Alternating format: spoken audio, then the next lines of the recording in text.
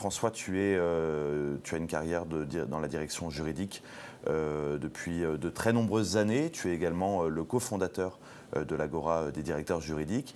Tu as passé 17 ans chez Microsoft IMIA. Aujourd'hui, tu es depuis 2 ans le VP des affaires réglementaires chez Criteo. Merci d'avoir invité Madame Toledano, que je vais te laisser présenter, et qui va intervenir sur le thème GAFA, comment reprendre le pouvoir, avec plusieurs questions. Comment comprendre comment les GAFA verrouillent la concurrence et définissent leurs propres règles. Et puis, comment justement reprendre le contrôle, ce qui est tout le sujet de votre intervention. François, je te donne la parole. Merci beaucoup Julien et bonsoir à tous. Merci de nous rejoindre ce soir. Pour moi, c'est un immense plaisir d'accueillir sur le plateau d'Agora Club Joël Toledano. Alors, permettez-moi de vous présenter en quelques mots parce que voilà, c'est quand même important. Vous êtes professeur émérite en sciences économiques associé à la chaire Gouvernance et Régulation de l'Université Paris-Dauphine et vous êtes membre de l'Académie des technologies. Mais avant ça, vous avez d'abord été docteur en mathématiques et en économie. Vous avez mené une double carrière, universitaire et en entreprise, avant de vous investir dans les sujets de politique publique et de régulation. Récemment, le numérique, les fréquences et la blockchain sont au cœur de vos travaux qu'on va découvrir ce soir.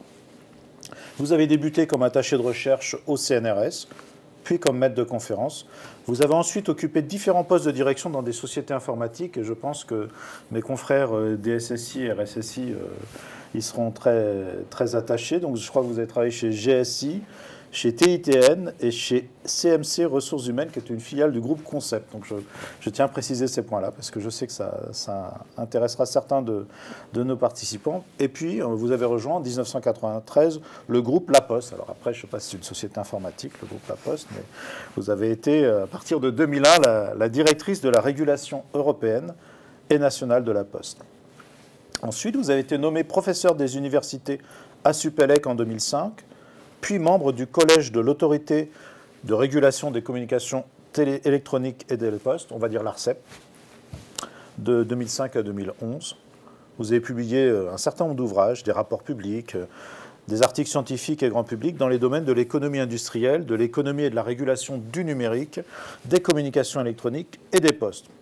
Et je rajouterai pour ceux qui ne vous connaissent pas encore que votre parole est très écoutée par les régulateurs et par notre gouvernement. Et la sortie de votre livre « GAFA, reprenons le pouvoir » arrive au moment même où la Commission européenne s'apprête à sortir des initiatives réglementaires majeures en matière de données et de concurrence. C'est pourquoi nous sommes très heureux de vous accueillir ce soir. Écoutez, je vais commencer par une première question qui est assez évidente, mais qui nous intéresse. Ça permet d'avoir le contexte. Comment en êtes-vous venue, Madame Toledano, à vous intéresser aux grandes plateformes? Car c'est un sujet de réflexion qui n'est pas nouveau pour vous. Alors pourquoi ce livre? Alors d'abord, merci beaucoup pour ce portrait particulièrement flatteur. Pourquoi ce livre? En réalité, il y a deux événements qui m'ont fait m'intéresser au sujet. Un premier, il se trouve que un de mes amis a été parmi les plaignants de l'affaire Google Shopping et que donc c'était l'époque où je venais de sortir de l'ARCEP et de finir mon mandat de régulatrice, donc on avait des discussions sur la possibilité de réguler, de ne pas réguler, les problèmes qu'ils rencontraient, etc. Et ça m'a quand même intéressée.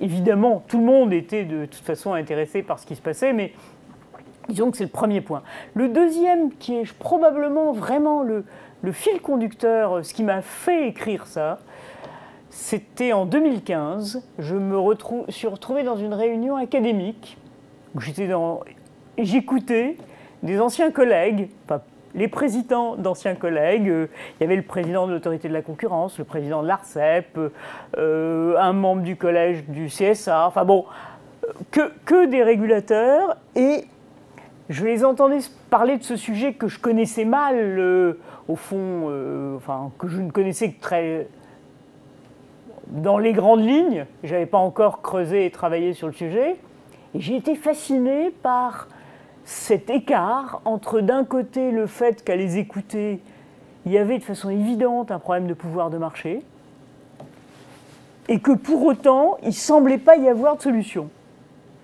Alors ça m'a beaucoup intriguée. Je me suis dit, mais qu'est-ce qu'il faut faire? Et je me suis mis en fait à ce moment-là à travailler dessus pour essayer de comprendre, pour essayer de voir ce qui avait été écrit dans ma discipline, qui est l'économie. Hein. Et c'est comme ça qu'en 2017, en fait, j'ai écrit un document, qui est un working paper, comme on dit chez nous en jargon, qui avait été publié dans le cadre de la Fondation Digitale, dirigée par Olivier Sichel. Et c'est le premier papier que j'ai écrit pour essayer de comprendre.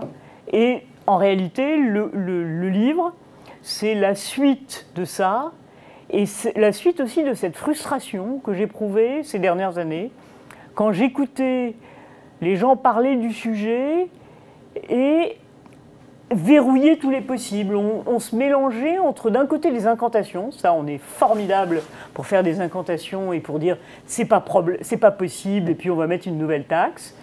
Et puis par ailleurs, en réalité, c'est suffisamment peu précis pour qu'à la fin, même la taxe ne marche pas. Donc, j'ai essayé de voir si j'avais quelque chose de mieux à faire.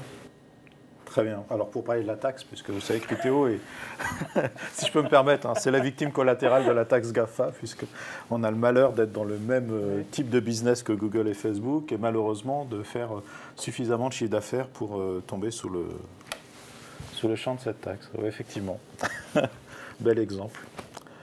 Pardon, là c'est un peu plus compliqué parce que cette taxe-là est censée répondre à un problème qui est le contournement par un certain nombre d'acteurs, et pas seulement les GAFA, je ne dis pas que c'est le cas de Criteo, mais au fond de toutes les grandes entreprises, et un peu plus encore les grandes entreprises du numérique, parce qu'elles sont vraiment beaucoup dans le virtuel, qui sont, au fond, qui arrivent à contourner la fiscalité en restant, grosso modo, conformes au droit d'aujourd'hui, mais le droit d'aujourd'hui, c'est le droit d'hier, et pas le droit du XXIe siècle. Et donc, on a un vrai problème de taxation d'un certain nombre d'entreprises, pas seulement des GAFA.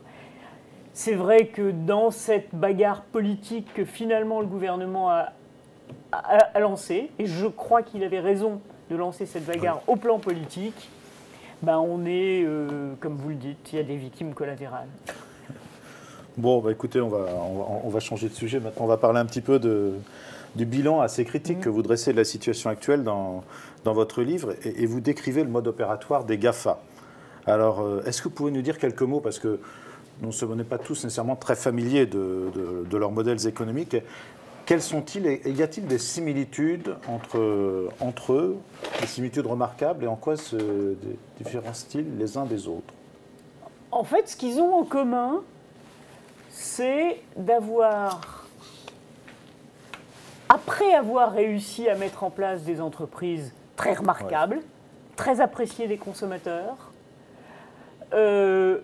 ils ont en commun d'avoir mis en place des pratiques beaucoup moins remarquables d'une certaine façon, ou en tout cas très remarquables dans le sens où elles sont assez largement anticoncurrentielles, qui visent au fond à verrouiller les marchés.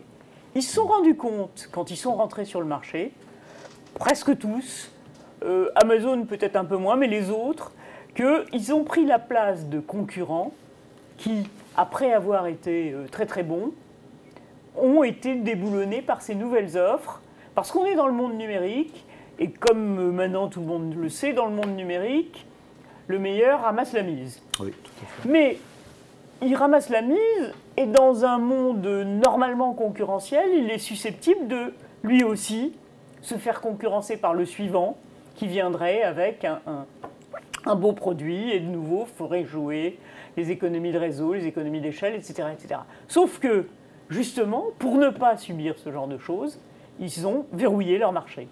Alors, ce qu'ils ont en commun, c'est qu'ils ont mis en place des stratégies de verrouillage du marché, que ces stratégies de verrouillage, grosso modo, elles visent toutes, à partir de leur point fort, à s'étendre un peu en tache d'huile, successivement, à prendre de plus en plus de secteurs d'activité, en mettant en œuvre des stratégies similaires.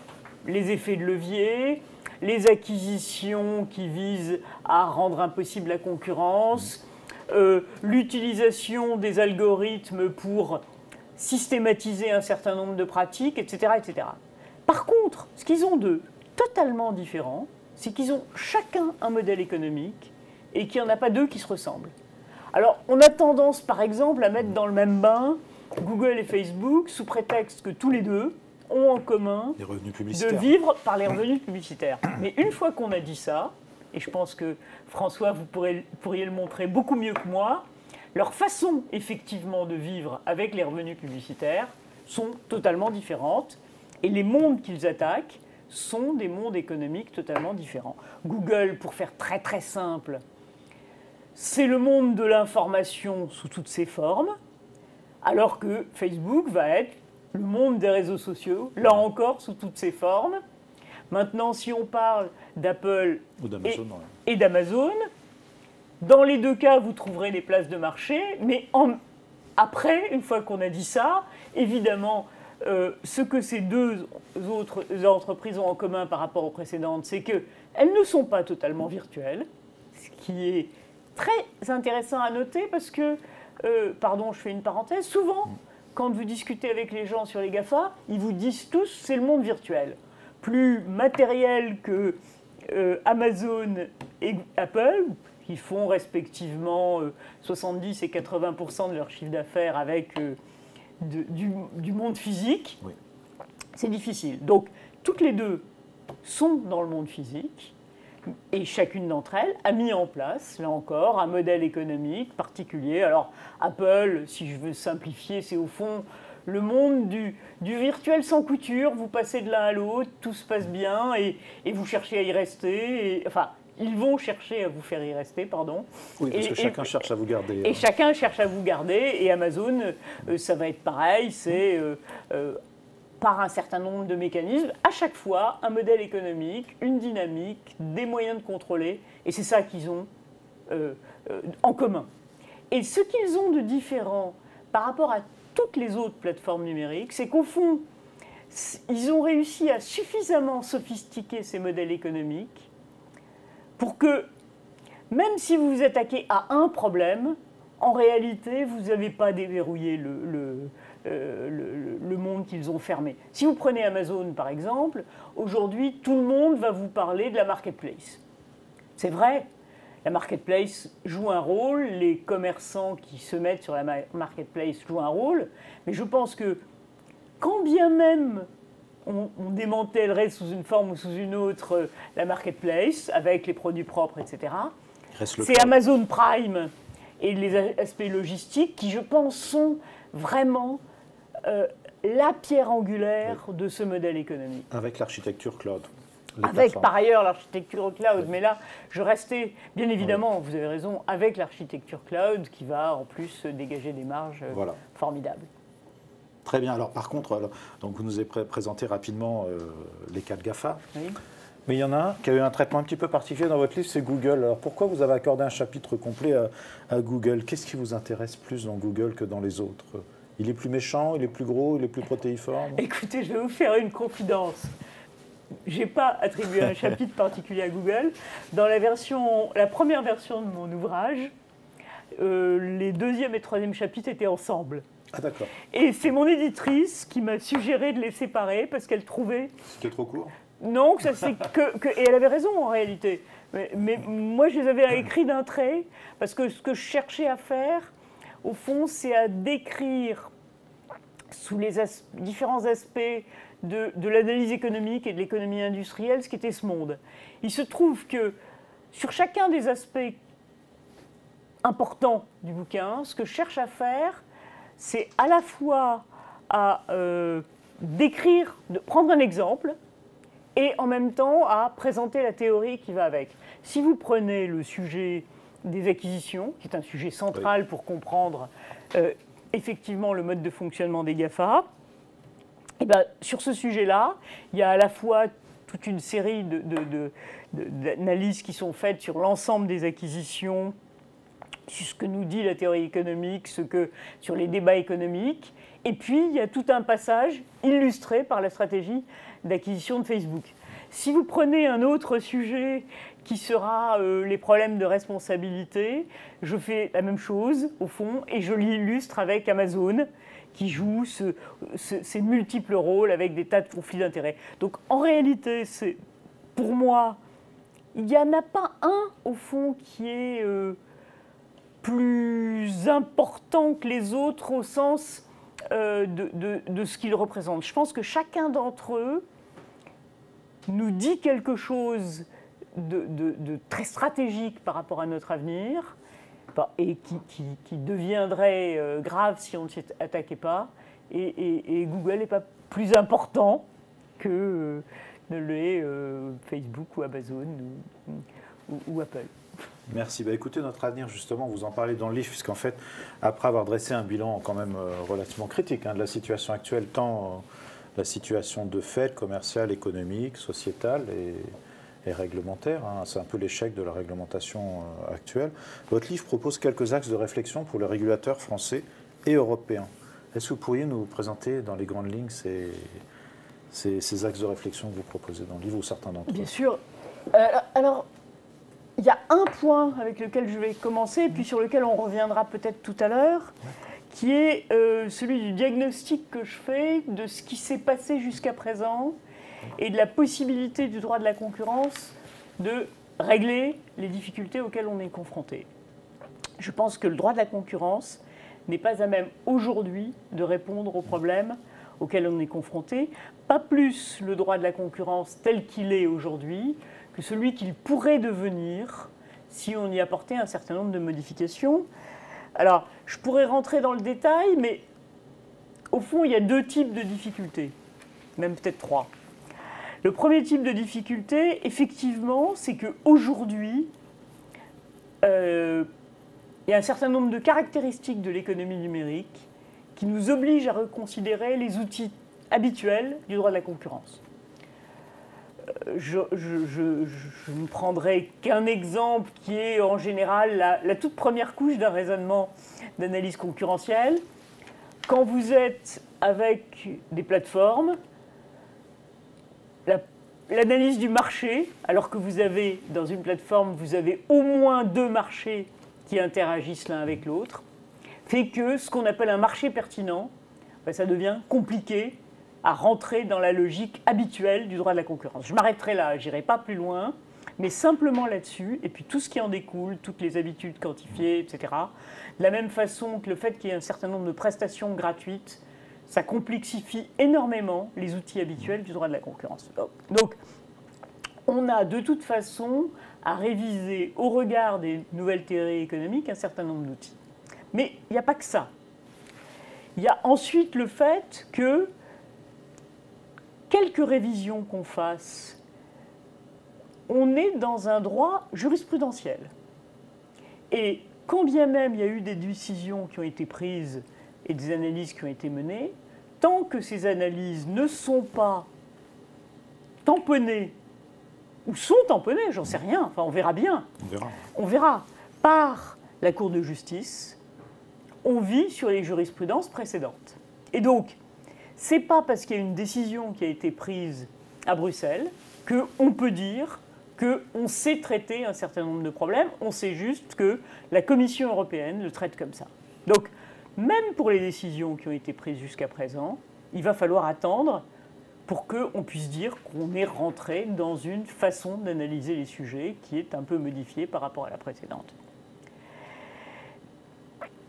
Et puis, vous avez un troisième point, un troisième problème, qui est effectivement que, en tout état de cause, les autorités de concurrence, si elles savent éventuellement condamner en y ajoutant un certain nombre de condamnations possibles, il y a une chose qu'elles ne savent pas faire, c'est d'assurer le suivi de ces décisions.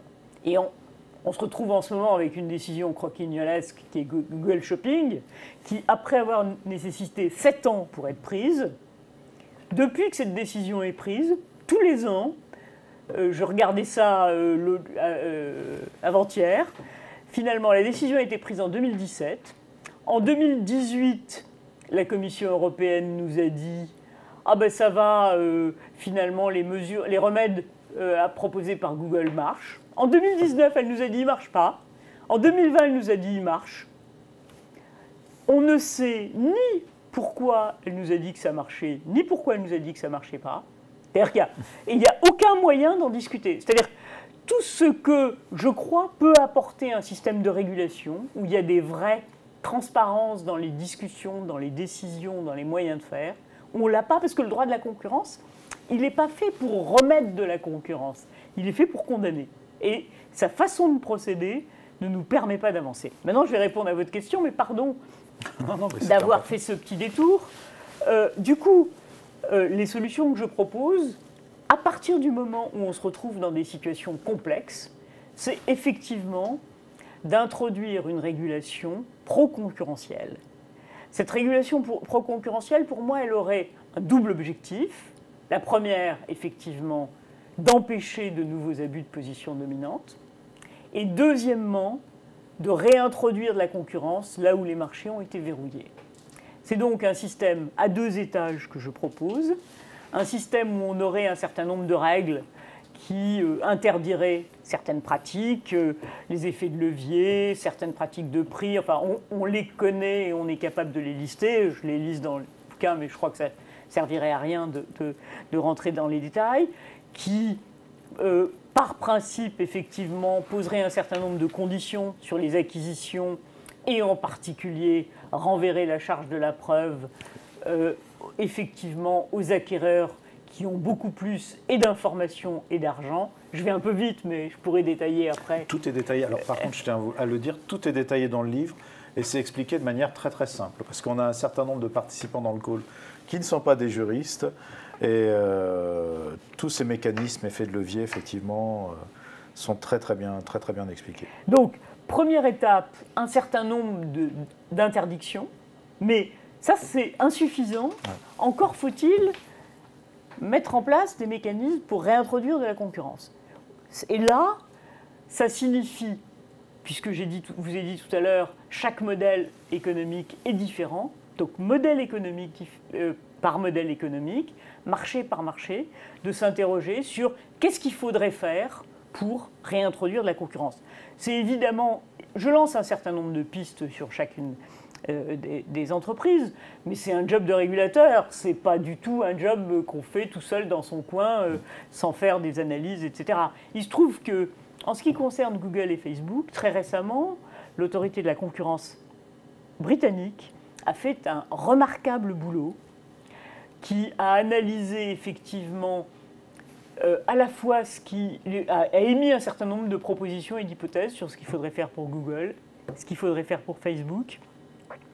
Dans un cas, on peut imaginer pour Facebook des solutions de type interopérabilité, alors que pour Google, ce serait plutôt des solutions de type transfert d'informations qui permettraient à des éventuels concurrents de ne pas se retrouver avec un tel écart sur la connaissance des besoins clients. Là encore, je ne rentre pas dans les détails, mais c'est des solutions, on voit bien, sur les data, tout le monde parle des data, mais là, c'est 2 types de solutions différentes. Ce qu'il y aurait en commun, par contre, sur ces 2 entreprises, c'est évidemment la mise en transparence de tout le marché de la publicité qui est quand même extraordinairement opaque, aussi bien au niveau des algorithmes de recommandations que de ce qui est derrière les mesures de performance, et je cherche le mot, les enchères qui sont derrière. Tout ça est extrêmement opaque, donc là aussi toute une série de mesures. Quand on est dans le modèle Amazon, ça veut dire évidemment les problèmes effectivement liés à la place de marché, ce que la Commission européenne récemment a dit qu'elle allait commencer à investiguer de près avec un certain nombre de griefs. Elle rentre aussi dans Amazon Prime, mais juste sur ce qu'on appelle la buy box, c'est-à-dire les recommandations. Mais il y a Amazon Prime comme moyen effectivement d'acheter à peu près tout avec du coup le fait que les coûts de distribution, qui sont quand même un des éléments majeurs de la distribution, deviennent effectivement une barrière à l'entrée par rapport à d'autres acteurs qui n'auraient pas la possibilité de s'appuyer sur Amazon Prime. Quand on est sur Apple, là encore, il y a d'autres solutions. Donc simplement, l'idée, c'est effectivement d'avoir cette organisation à 2 niveaux, avec un régulateur qui aurait des équipes dédiées pour chacune de ces entreprises, parce qu'on est dans un monde extrêmement sophistiqué, extrêmement intelligent, et il faut des gens de toutes les disciplines techniques, économiques, juridiques, qui apprennent, qui rentrent dans les algorithmes, qui aient le moyen de travailler pour étudier, etc., et qui ne soient plus pieds et poings liés face à des acteurs qui ont tous les moyens pour eux. Donc, une organisation de la régulation, qui pour moi ne peut être qu'européenne, avec des représentants par pays, mais où effectivement il y aurait des équipes dédiées par modèle économique, quitte à évidemment mettre en commun un certain nombre de compétences. Voilà pour un résumé. Alors, ce qui est assez génial, c'est que votre livre, il a été écrit, il est sorti à la fin de l'été. Donc il a été écrit, je pense, au printemps. Ouais. Et dans quelques semaines, puisque début décembre, la Commission européenne va sortir sa principale initiative réglementaire en matière de droit de la concurrence. C'est une remise à plat du droit de la concurrence depuis des décennies pour mieux capter la dimension numérique. Donc justement avec ce qu'on appelle le Digital Services Act, qui va être... le projet va sortir début décembre. Il y aura un Digital Markets Act, donc qui lui par contre sera plus axé concurrence, plus axé régulation ex ante des plateformes dites structurantes gatekeepers. Je ne vais pas rentrer dans le détail ce soir pour l'audience, en gros des GAFA. Et en fait on voit qu'il y a des choses qui sont en train de se mettre en place qui traduisent exactement ce que vous proposez dans votre livre.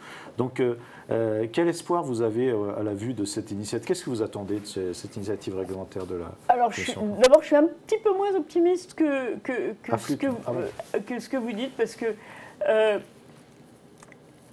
revenons à ce qui s'est passé en juin. En juin, ils ont mis sur la table 2 grandes consultations publiques, une sur le droit de la concurrence et une sur ce qui s'appelait effectivement à l'époque le Digital Services Act. Dans le Digital Services Act de l'époque, il y avait 2 grandes dimensions, une sur la responsabilité et une autre sur la régulation des plateformes. Ouais. Sur la responsabilité, alors j'explique un tout petit peu ce à quoi ça renvoie. En fait, là encore, ça renvoie à une double dimension. D'une part, ça renvoie à la responsabilité des contenus dont on entend parler tous les matins, tous les soirs, dès qu'il y a une catastrophe, et qui est le contenu des réseaux sociaux. Et donc, qui est responsable de ces contenus? Aujourd'hui, de façon assez extraordinaire, ces grands acteurs qui voient tout ce qui se passe sur leur réseau sont irresponsables quand il s'y passe une catastrophe. Ça, c'est juridiquement... Et c'est vrai aussi bien d'ailleurs aux États-Unis c'est la section 230. Voilà, qu'en Europe. Donc ça, c'est la première dimension. Et là-dessus, il y a un certain nombre de choses qui vont bouger. Et c'est ce qui a le plus clairement été annoncé à mon avis. Donc ici, dans ce point-là, je pense que c'est pas mal, avec un tout petit bémol de ma part. C'est-à-dire que je ne crois pas une seconde que s'intéresser au contenu sans voir le lien avec le modèle économique, puisse être très efficient. Ouais. Qu'il faille rendre responsables les plateformes, ça me paraît, et les plus grosses, ça me paraît évident. Pour autant que les réguler uniquement sur des règles de contenu, sans voir que c'est le modèle économique qui pousse à un certain nombre de choses, je suis assez sceptique. Mais bon, ça c'est la première partie. Deuxième partie, en fait, ils ont enlevé de ce qui s'appelait le Digital Services Act cette deuxième partie-là, et ils l'ont regroupée avec les réflexions sur la concurrence, sans que ce soit tout à fait très clair.